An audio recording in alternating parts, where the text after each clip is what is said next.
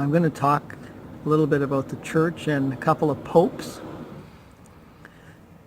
How the church subject is always uncomfortable. Even the progressives will run for cover once the church comes into it, because it's so embedded into our civilization, our Western civilization. Now, at that time, I'm going back to 1452 now, a gentleman named Nicholas V was the Pope at that time.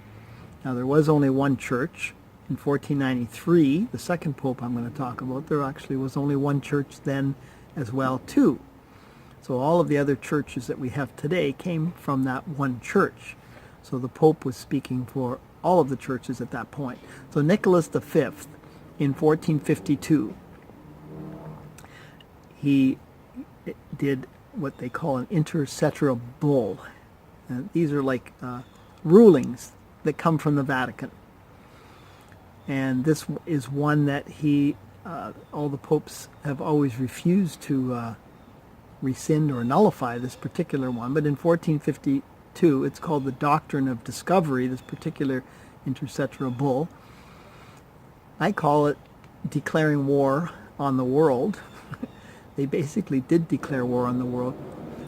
So what they did at that time, he came up with the Doctrine of Discovery, which meant that the kings and queens of Europe, which were all ruling by the divine right of the Pope, who was closest to God at that time. And this ruling said that as long as they were there to convert the pagans or heathens to Christianity, it was okay to enslave them, it was okay to kill them, it was okay to take their land and their belongings, which I call declaring war, when you're there to take their belongings and their land. And so Europe declared war on the world basically in 1452 and started sending their people out all over the place. Now we move ahead to 1492 and Columbus, and a lot happening in Spain that year, 1492. War ending after 800 years. And they decided to fund this trip. And that was only 1 year later that Alexander VI, another pope, in 1493, he reinforced this same premise that was in the Doctrine of Discovery.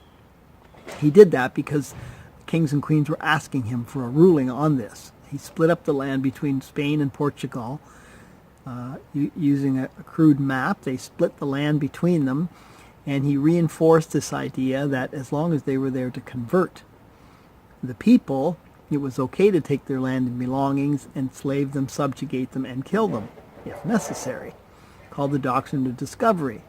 Now, we're still involved today with this Doctrine of Discovery. Many of our laws, as you go back in time and back in time and back in time, and it becomes very muddy when you try to look at situations with the indigenous and Europeans. But the basis of all the law still is this Doctrine of Discovery. And the way it worked doesn't hold up in any courts, including the Supreme Court in Canada and the United States, and including in the United Nations and the world set of laws as well, too. There's been many times when it's come up and it's been considered legally with no foundation, so basically illegal and also immoral as well, too.